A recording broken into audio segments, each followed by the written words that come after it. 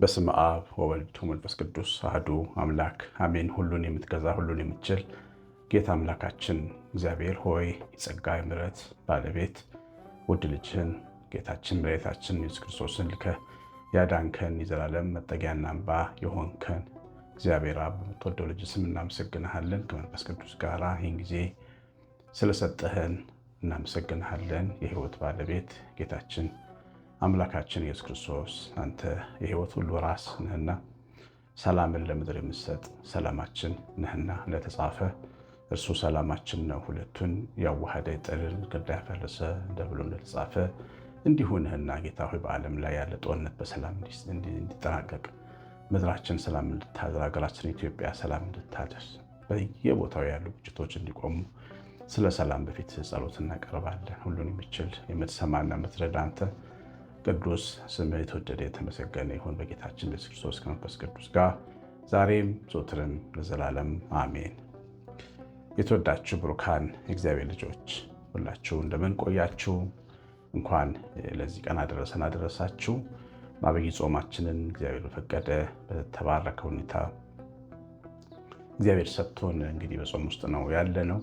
ጾም ደግሞ ጸሎትና ምጽዋት ይፈልጋል። ስለዚህም አንዲትን እናት እያገዝን ነው። በድንገት ልጇ ወድቆ ትምህርት ቤት ስታመጣው ራሱን ስቶ 9 ዓመት ልጅ ነው። እሷም ወጥታ የምትገባ ነች። የቀን ስራ በመስራት ይህችን ሴት አቋቁመን ልጇን ታክሞ እሷን ቆማ እንድትራመድ ለማድረግ ስራ እየሰራን ነው። ይህንን ቅዱስ ስራ መቀላቀል የምትፈልጉ ክፉ በቤታቸው አይገባም። እግዚአብሔር ልጆች ለድሆች የሚያስቡ ምስጉኖች ናቸው፣ በመከራቸው እግዚአብሔር ያለጠፈላቸው እግዚአብሔር ቃል በ9114138 ስልኬ ላይ አሳውቁኝ።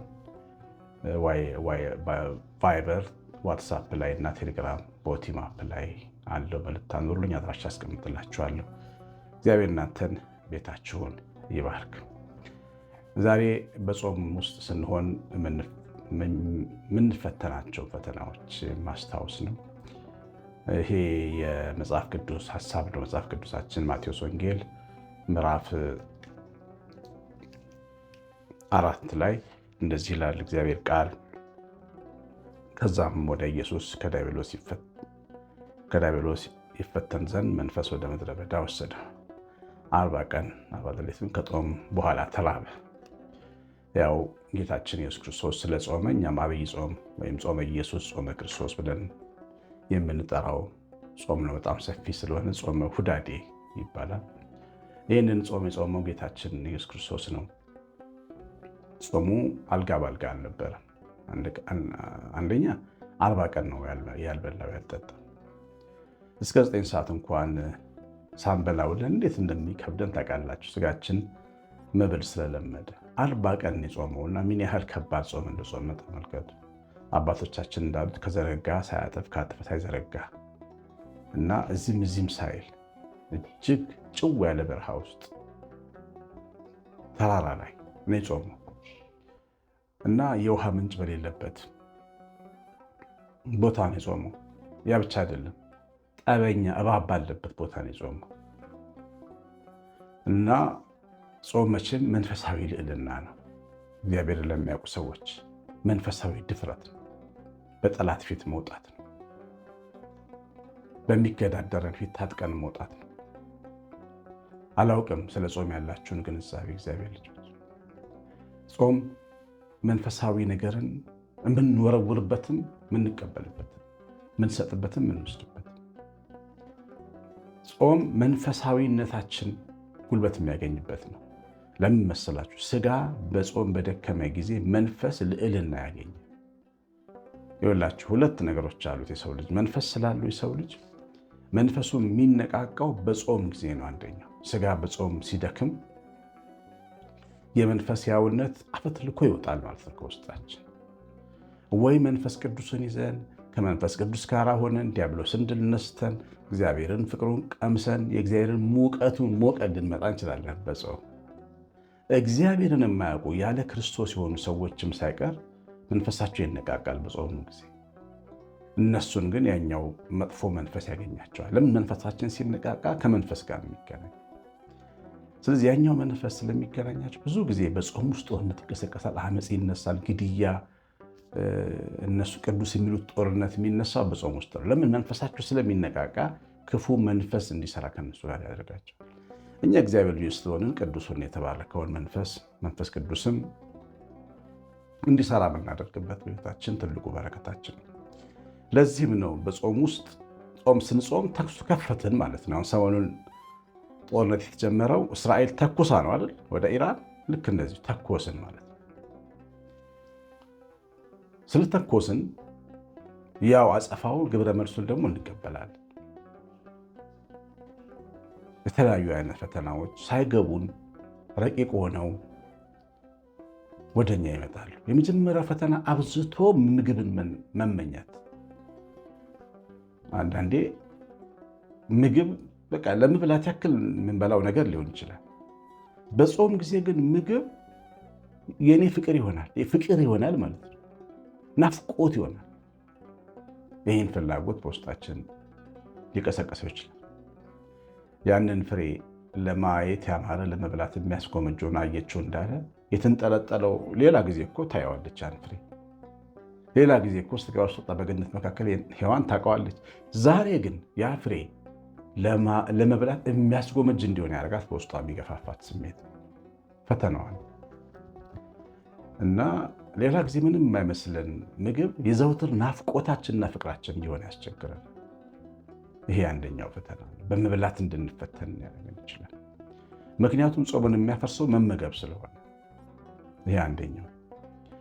ሁለተኛ በጾም ውስጥ የሚገጥመን ፈተና ድካምና መሰልቸት ነው።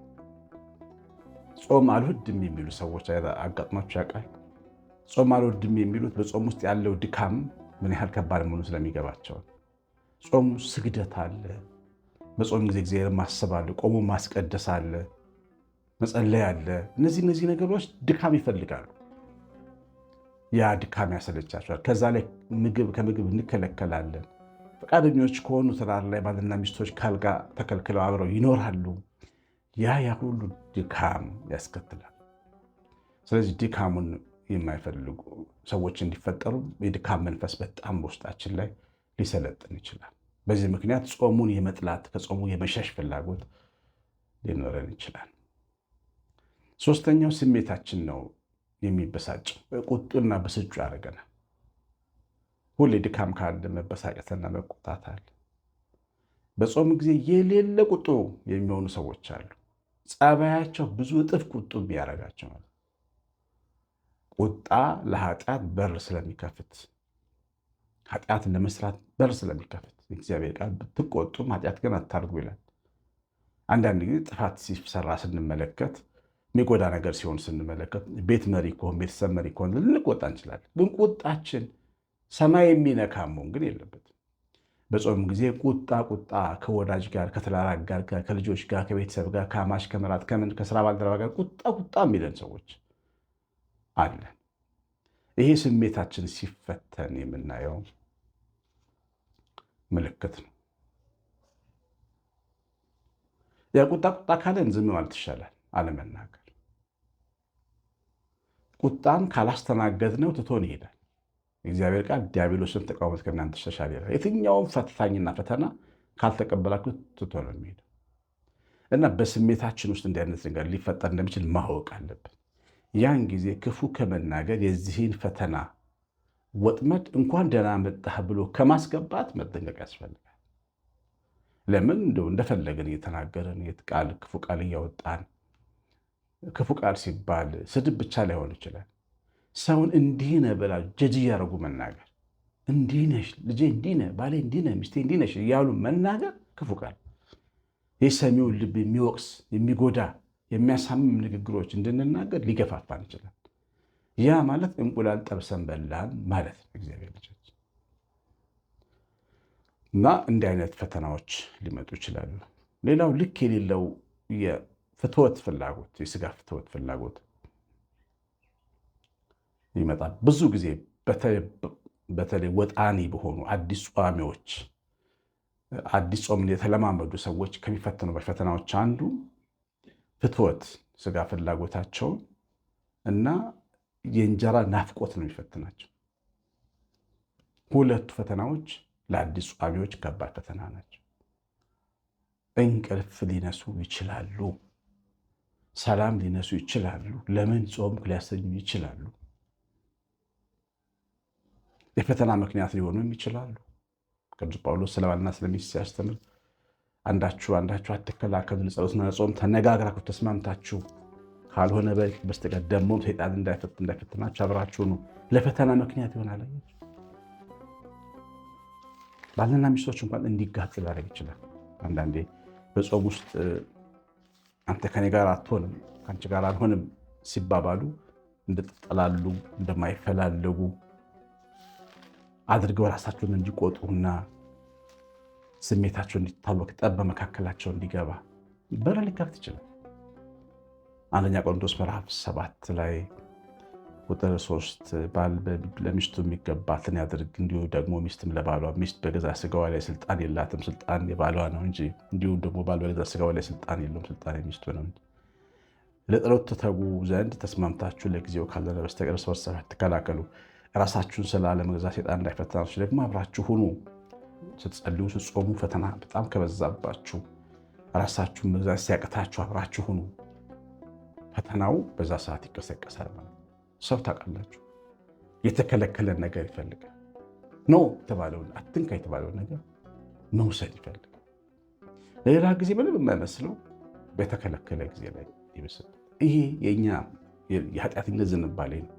ሰይጣን ደግሞ እዚህ ላይ እሳት ይጨምርበታል፣ ቤንዚን ይጨምርበታል። ስለዚህ በጾም ጊዜ ከፍተኛ ልክ ገደብ የሌለው ፍትወት በውስጣችን ሊፈጠር ይችላል። ሌላ በጾም ጊዜ የተውነውን ስጋና ቁርጥ፣ ቅቤና እንቁላል የሚተካ ሌላ ምቾት የሚሰጥ ነገር መፈለግ።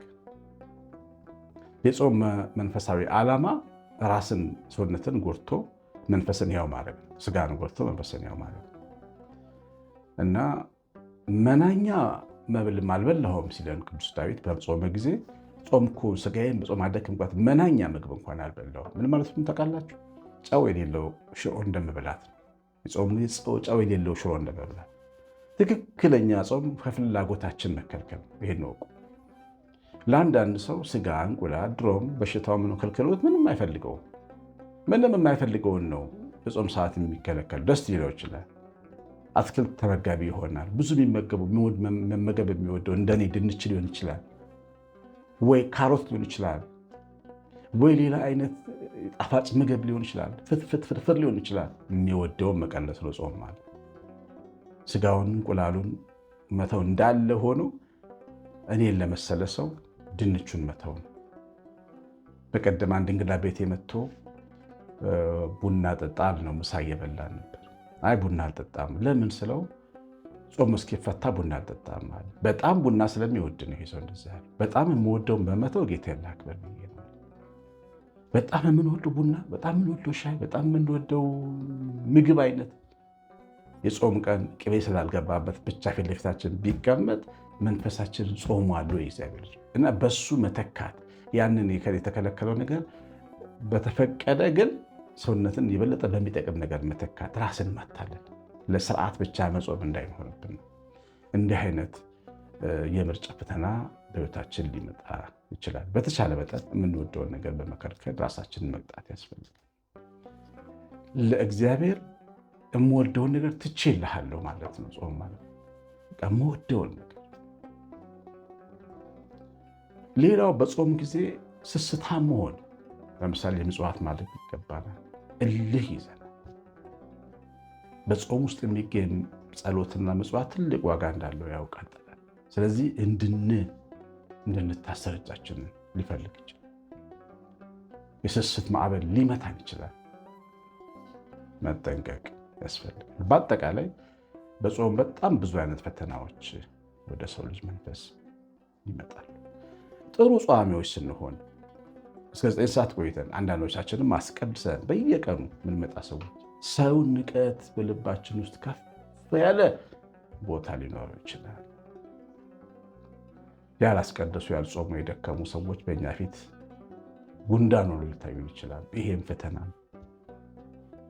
የማንጠቅም ባሪያ መሆናችንን ካስረሳን በጾም ውስጥ የተፈተነን መሆኑን ማወቅ ያስፈልጋል። አለመጾማችን ተስፋ ላስቆርጠን ሰዎች ደግሞ አለን። አለመበርታታችን ሌላው እስከ 9 ቅዱሳን እኔ ግን 4 ሰዓት ነው የምበላው ብለን እንላለን። ጾመን የማናቅ ሰዎች እንኳን መጣችሁ። መጀመሪያ ጾም ሰው 9 ሰዓት ድረስ እንጾም አይደረግም።